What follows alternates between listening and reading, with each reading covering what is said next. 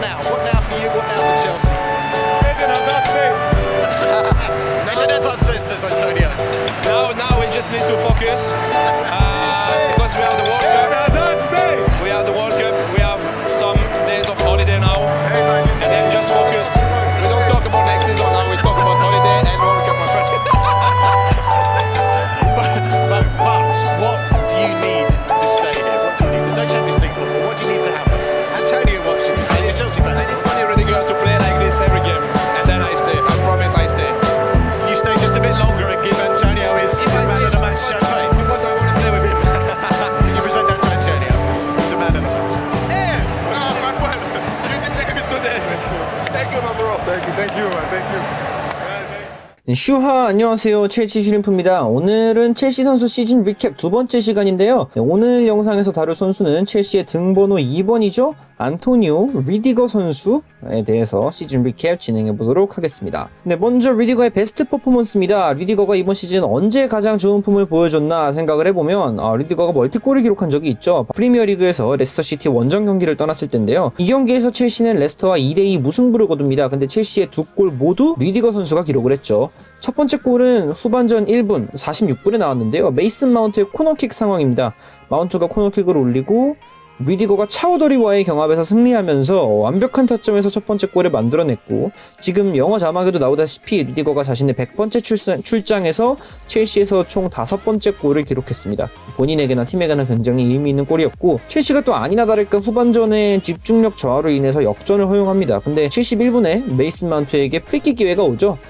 자막에 나오는 부분은 리디거가 첼시 수비수 중에서 2013년 이후에 이 존 테리 이후에 처음으로 멀티골을 기록한 수비수가 됐다라는 내용이 나왔고요. 제가 알기로는 마르코스 알론소가 토트넘한테 멀티골을 기록한 바가 있는데, 아마도 그 당시에 마르코스 알론소가 3백의 왼쪽 미드필더로 출전해서 수비수로 간주를 하지 않은 것 같아요. 리디거의 베스트 퍼포먼스, 완벽한 제공권과 피지컬 능력을 바탕으로 이 두 골이나 뽑아냈었던 이 레스터 경기가 베스트였다라고 말씀을 드릴 수가 있겠고, 다음으로 리디거의 스탯 리뷰 한번 보겠습니다. 리디거는 일단 이름 안토니오 리디거고요. 국적 독일 시에라리온 이중 국적자인데, 다들 아시다시피 국가대표는 독일을 선택했습니다. 1993년 3월 3일생이고요. 만 나이를 27세, 이제 막 전성기에 접어들고 있는 나이라고 할 수 있겠습니다. 키는 190, 몸무게 185kg인데요. 센터백으로서 딱 적당한 피지컬이 아닌가 생각이 듭니다. 3,150만 파운드로 첼시로 넘어왔고요. AS 로마에서 넘어왔고 약 466억 원의 이적료를 기록했습니다. 이때 당시에는 리디거가 막 그렇게 싸다는 생각은 안 했는데, 지금 다른 센터백들이 이적을 하는 가격들을 보면 이 정도면 주전 센터백 이적료로는 굉장히 저렴하다라는 생각이 들고,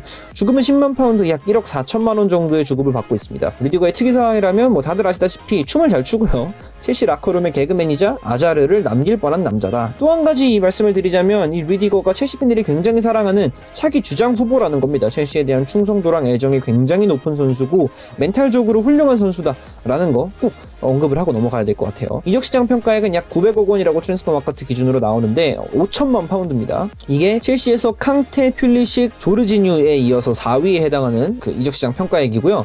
EPL 센터백 중에서는 버질 반다이크, 그리고 해리 맥과이어, 다들 좀 놀라시겠지만 다빈손 산체스에 이어서 4위에 해당하는 이적시장 평가액입니다. 리디거가 나온 경기들에 대한 지금 기록인데, 지금 보시면 빨간색으로 표시되어 있는 경기들이 부상으로 출장하지 못한 경기들이거든요. 굉장히 많죠. 이번 시즌 부상으로 결장이 많았고, 그러면 당연히 리디거가 나왔던 경기, 안 나왔던 경기, 과연 차이가 있는지에 대해서 비교를 하게 되죠. 네, 차이가 있었습니다. 놀랍게도. 리디거가 있을 때는 15경기 17실점, 경기당 1.1, 3실점에 그쳤던 첼시가, 리디거가 없을 때는 26경기 40실점, 경기당 1.6실점까지 실점률이 치솟는 걸 확인할 수가 있습니다. 리디거가 있고 없고의 차이에 의해서 한 경기당 약 0.5골의 차이가 난다는 얘기인데, 이것만 봐도 리디거가 첼시 수비진에서 차지하는 존재감이 어느 정도인지 실감을 할 수가 있죠. 네, 하지만 리디거의 개인 수비 기록은 그렇게 막 좋은 편은 아니었습니다. 경기당 태클 성공 1.2회, 공중볼 경합 승리 경기당 2.8회, 클리어링 경기당 3.1회를 기록하고 있는데, 탑클래스 수비수라는 평가를 듣기 위해서는 이거보다는 조금 더 높은 수치로 기록이 나와야 되는데, 리디거가 그렇게 개인 수비 스탯이 좋은 선수는 아니었습니다. 또 리디거를 위한 변명을 좀 하자면, 첼시라는 팀 자체가 일단 점유율을 높게 가져가는 팀이고, 라인도 높게 가져가면서 압박을 공격수들, 미드필더들부터 적극적으로 수행을 하기 때문에 인터셉트가 아무래도 공격수나 미드필더진이 분산해서 가져가면서 수비진의 인터셉트 개수는 정작 좀 줄어드는 그런 전술적인 특징을 가지고 있는 팀이다라고 할 수도 있겠습니다. 하지만 또 역시 이렇게 이야기하는 게 리디거를 비롯한 첼시 수비진들에게 오히려 반대로 말하면 나쁜 이야기일 수도 있는 게 첼시가 앞선에서 공을 많이 끊어내고 수비진까지 공이 내려와서 수비진들이 직접 수비를 해야 되는 상황이 적었음에도 불구하고 정작 실점이 많았다라는 얘기는 결국에는 앞선에선 열심히 수비를 해줬지만 최종적으로 골대를 지켜야 할 최종 수비수들 그리고 골키퍼가 집중력이 좀 떨어졌다. 그렇기 때문에 찬스를 일단 주면 결정적인 골 찬스 지거나 실점까지 이어져 버렸다라는 이야기가 될 텐데 그런 의미에서 리디거도 역시 첼시 수비진의 한 사람으로서 이번 시즌 첼시의 좋지 않은 실점 기록에 어느 정도는 책임이 있다라고 이야기를 할 수 있을 것 같습니다. 다음으로 지금까지 살펴본 내용을 바탕으로 리디거에 대한 총평을 내려보겠습니다. 참고로 말씀드리면 지난 영상에서 케파는 4점을 받았습니다. 리디거부터는 이제 좀 체계적으로 점수를 매겨볼까 하는데요. 항목을 4개를 만들었습니다. 첫 번째 항목은 축구력입니다. 리디거의 축구력 저는 10점 만점에 6점을 줬습니다. 어디까지나 이번 시즌에 한정된 내용이기 때문에 만약에 이게 지난 시즌이었으면 저는 거의 8.9점을 줬을 것 같아요. 리디거가 워낙 좋은 폼을 보여줬고 지난 시즌 말미에 첼시가 분위기를 끌어올리면서 유로파리그 우승 또 리그에서 3위에 해당하는 기록까지도 성적을 낼 수 있었던 거는 물론 앞선에서 허드슨 오도이의 센세이션한 폭발력도 있었고 그 다음에 롭터스 치크 선수가 완벽한 탈압박 그리고 득점에까지 기여해주는 모습 보여주면서 실제로 경기 결과에 굉장히 큰 영향을 미쳤던 것도 사실입니다만 뒤에서 수비를 해줬던 안토니오 리디거의 수훈도 저는 무조건 인정을 해줘야 된다고 생각하거든요. 작년 말에 리디거의 왼쪽 오른쪽 가리지 않고 잘 뿌려주는 정확한 롱볼 그리고 수비진에서 전진할 때 가끔씩 나오는 리디거의 뜬금없는 강력한 중거리 슈팅 이런 것들이 첼시 공격에 깊이를 더해줬고 상대 수비수들이 막아야 되는 공격 옵션을 하나를 제공해줬기 때문에 리디거가 수비적인 면뿐 아니라 공격적인 면에서의 기여도도 굉장히 컸던 작년 시즌이었는데 이번 시즌 부상 복귀 여파인지 그만큼의 폭발력이 나오지가 않았던 리디거였어요. 그런 면에서 좀 기대 이하다라는 생각이 들었고 축구력은 10점 만점에 6점을 줬고요. 두 번째는 부상 이력입니다. 뭐 다들 짐작하시겠지만 부상 이력에서는 좋은 점수를 줄 수가 없습니다. 10점 만점에 4점이죠. 만약에 리디거가 모든 경기를 소화했다면 아마 첼시가 지금보다 더 높은 곳에서 경쟁을 하고 있었을 거라는 게 제 생각입니다. 근데 결국엔 나오지 못했죠. 저는 개인적으로 선수에 대해서 평가할 때 그 선수가 과연 풀핏의 몸 상태를 얼마나 긴 기간 동안 유지했느냐도 굉장히 중요한 평가 요소가 돼야 된다고 생각합니다. 아무리 축구를 잘하는 선수라도 결국엔 다치면 그냥 0이나 다름없거든요. 매주 그 선수에게 들어가는 주급은 그냥 하늘에다 날리는 돈이 돼버리죠. 그러니까 부상을 당하지 않는 것도 중요한데 그런 면에서 안토니오 리디거는 이번 시즌 굉장히 실망스러운 폼을 보여줬다. 너무 오랜 기간 동안 부상을 당해 있었고 물론 다른 여러 가지 외적인 요인들도 있으니까 선수를 비난할 수는 없습니다만 리디거가 잔부상을 많이 달고 다니는 선수인 것도 사실이거든요. 그래서 부상 이력은 10점 만점에 4점을 줄 수밖에 없었고 근본의 면에서는 또 리디거에게 높은 점수를 줄 수 있는 부분이었습니다. 10점 만점에 9점이죠. 리디거가 딱히 막 근본 있는 행동을 했다 막 이런 건 없었지만 일단 절대 트러블이 없는 선수입니다. 그리고 기본적으로 이 선수가 라커룸에서 분위기 메이킹을 굉장히 잘해주는 선수입니다. 지금 첼시의 베테랑이 많이 부족한 상황인데 그래서 제가 시즌 초반에 굉장히 우려했던 게 첼시가 시즌 초반에 막 5연승 6연승하고 잘 나가다가도 한순간 이 연승 행진이 끊기면 그때 이 젊은 선수들이 갑자기 페이스가 떨어지고 갑자기 안 좋은 흐름으로 돌아서지 않을 걱정을 했는데 리디거 같은 선수가 스쿼드에 있고 라커룸에 있기 때문에 계속해서 팀이 안 좋은 상황에서도 분위기를 업시켜줄 수 있고 계속 선수들이 자신의 베스트 퍼포먼스를 경기장에서 쏟아부을 수 있도록 그런 정신적인 무장을 해주는 높은 점수를 줄 수 있는 리디거였던 것 같고요.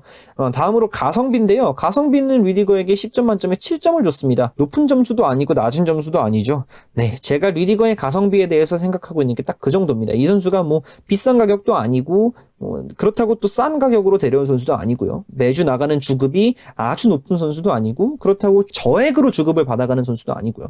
그렇기 때문에 그냥 자기 밥값 이상 정도를 꾸준히 해주고 있다라는 면에서 그냥 가성비는 10점 만점에 7점 정도가 적당할 것 같고 6, 4, 9, 7점에서 평균을 내려보면 10점 만점에 6.5점입니다. 지난번 영상에서 케파 4점에 비하면 좀 높은 점수죠. 자, 그럼 다음으로 넘어가겠습니다. 넥스트 시즌 과연 다음 시즌의 리디거는 어떤 모습을 보여줘야 할까요? 네, 케파 영상에서 질문 2개로 케파에 대한 이야기를 해봤는데 리디거 영상에서도 질문 2개로 리디거의 다음 시즌에 대한 이야기를 좀 풀어보겠습니다. 먼저 첫 번째는 팔아야 할까라는 부분인데 제 생각엔 아닙니다. 부상만 없다면 리디거는 첼시 수비진의 핵심 중에 핵심이 돼야 될 선수입니다. 제가 기억하고 있는 리디거가 18, 19 시즌 후반기의 리디거였기 때문에 그럴 수도 있긴 하겠지만 저는 기본적으로 이 선수에게 그 정도의 능력이 있다라고 보거든요. 근데 그때랑 지금이랑 다른 게 뭐냐라고 한다면 물론 리디거의 폼이 떨어진 부분도 있겠습니다만 제가 생각하기에 가장 큰 변화는 리디거의 파트너입니다. 리디거의 파트너가 원래는 다비드 루이스였는데 이번 시즌으로 넘어오면서 파트너가 토모리, 크리스텐센, 커트 주마로 바뀌었죠. 경험이 풍부한 베테랑 센터백에서 경험이 상대적으로 적은 젊은 센터백들이랑 발을 맞추게 됐던 리디거였어요. 근데 이때의 단점이 주마 리디거가 나왔을 때는 피지컬적인 면에서 정말 탄탄한 센터백 조합이긴 합니다만 안정감이 약간 부족한 느낌이었고 리디거와 크리스텐센이 나왔을 때는 박스 안에 크로스가 올라왔을 때 대인 방어를 커뮤니케이션이 잘 안 되면서 서로 같은 선수를 맡고 있다든지 아니면 둘 다 이상한 데가 있어서 두 명 다 마크맨을 놓친다든지 이런 상황들이 계속해서 나왔거든요. 그러면서 세트피스 실점과 크로스 상황에서의 실점이 많이 늘어났고요. 그렇기 때문에 리디거가 짝을 누구랑 맞추느냐에 따라서 이 선수의 개인적인 퍼포먼스가 많이 달라질 수 있다는 생각이 드는데 그럼 리디거의 베스트 짝꿍은 누구냐라는 질문을 또 던져봐야 되겠죠.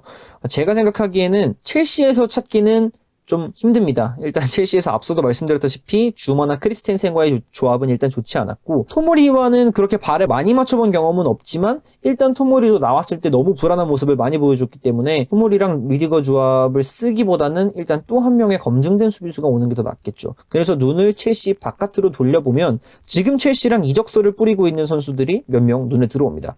첫 번째 선수는 칼리드 쿨리발리 선수인데요. 이 선수는 워낙 이적 시장이 열릴 때마다 빅클럽이랑 링크가 매번 빠지지 않고 뜨는 선수이기 때문에 그렇게 놀랄 일은 아닙니다. 이번 여름 이적 시장에도 첼시와의 이적설이 강력하게 뜨고 있는 상황이고 제가 생각하기에 쿨리발리가 첼시에 왔을 때 누릴 수 있는 이점은 크게 딱 세 가지로 요약이 될 수 있다고 보는데요. 먼저 첫 번째는 쿨리발리가 굉장히 경험이 풍부한 센터백이라는 겁니다. 지금 첼시의 수비 조합에서 가장 필요한 건 노련함입니다. 수비에서 공이 이렇게 왔을 때 어떻게 걷어내야 하고 아니면 클리어링을 해야 할지 소유하고 빌드업을 시작해 나가야 할지 이런 판단에 있어서 조금씩 부족한 모습들을 지금 첼시 수비수들이 많이 보여주고 있기 때문에 이런 면에서 옆에서 샤우팅을 해주면서 야 걷어내, 야 패스해, 야 뒤로 줘, 옆으로 줘 이런 오더를 내려줄 수 있는 선수가 지금 필요한데 그런 롤을 쿨리발리가 잘 수행해줄 수 있을 거다라는 생각이고 두 번째는 쿨리발리가 발밑이 좋은 선수란 겁니다. 일단 램파드 체제에서 일단 첼시는 후방 빌드업을 계속해서 중요시하고 있는데 쿨리발리가 수비력도 물론 뛰어나지만 롱볼이라든지 숏패스라든지 다 성공률 높게 잘 성공시키는 선수거든요. 그런 면에서 쿨리발리의 영입은 지금 첼시의 팀 컬러에 굉장히 적절하다 이렇게 보이고요. 마지막 세 번째로 쿨리발리의 가장 큰 장점은 세트피스나 크로스 상황에서 볼과 상대 공격수를 동시에 견제할 수 있는 선수란 겁니다. 시야가 넓어서 공도 보고 상대 공격수도 계속해서 체크해줄 수 있는 선수이기 때문에 공이 넘어왔을 때 완벽하게 위치 선정을 해내면서 자신이 공을 끊어내는 경우가 굉장히 많아요. 그리고 그 끊어내는 것도 클리어링을 해낼 때 정확하게 목적이 있는 클리어링을 해냅니다. 골라인 바깥으로 내보내던가 터치라인 바깥으로 내보내던가 아니면 아예 멀리 차내서 수비진을 정비할 시간을 벌던가 이런 확실한 목적을 가진 클리어링을 하는 선수가 쿨리발리이기 때문에 이런 부분을 쿨리발리가 좀 해소를 해준다면 첼시의 세트피스 상황의 실점이나 크로스 상황의 실점이 굉장히 많이 줄어들 거다라는 생각이고요. 또 한 명의 선수는 나단 아케 선수입니다. 아케 선수의 장점이라고 한다면 일단은 왼발을 사용하는 센터백이고 발밑이 괜찮은 센터백이라는 거죠. 지금 첼시에 왼발잡이 센터백이 없기 때문에 아케 선수가 와주면 왼발로서 빌드업에서 제공할 수 있는 선택지들 때문에 굉장히 좋은 영입이 될 것으로 보이고요. 또 한 가지 아케 선수의 장점은 나이가 어린데도 경험이 풍부하고 무엇보다 첼시 유스 출신이기 때문에 기존에 있는 첼시의 어떤 훈련 환경들 그리고 코칭 스태프들이나 구단 관계자들과 익숙한 사이라는 거죠. 적응이 따로 필요가 없는 선수고 지금 첼시에서 주축으로 성장한 허드슨 오도이, 타미 에이브러햄, 메이슨 마운트, 리스 제임스, 피카요 토모리 이런 선수들의 직속 선배가 되는 나단 아케입니다. 그만큼 또 구단에 더 편하게 적응해서 이적생 같지 않은 이적생의 모습을 보여줄 수 있다라고 생각을 하기 때문에 아케 선수의 영입도 굉장히 좋은 영입이 될 거라고 생각이 들고요. 만약에 본머스가 이번 시즌 챔피언십으로 강등을 당한다면 아케 선수의 이적은 더 수월해지겠죠. 근데 리그가 중단이 됐고 아마 끝까지 리그를 시행하지 않는다면 강등은 시키지 않을 것으로 보이기 때문에 약간의 확률이 좀 줄어든 상황이라고 할 수가 있겠어요. 네, 그리고 마지막으로 링크가 뜨고 있는 선수는 그렇게 네임 밸류는 높진 않지만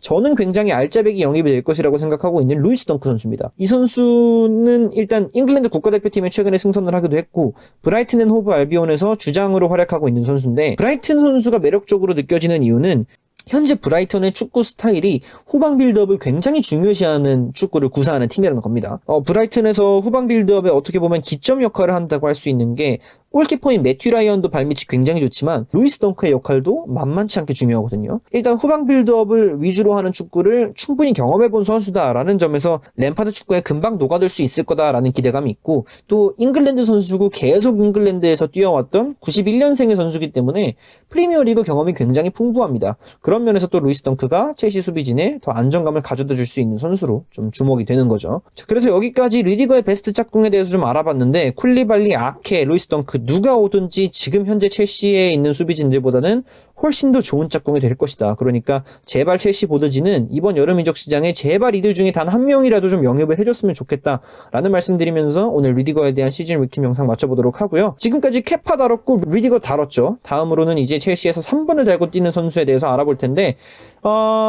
제가 정말 좋아하는 선수고 할 얘기가 많은 선수입니다. 그러니까 여러분 다음 영상도 꼭 기대 많이 해주시고요. 다음 영상 올라오면 또 긴 영상이겠지만 끝까지 시청해주시면 감사하겠습니다. 자, 그럼 지금까지 영상 시청해주셔서 정말 감사드리고요. 다음 영상에서 더 좋은 컨텐츠로 찾아뵙겠습니다. 좋은 하루 되세요. 슈바!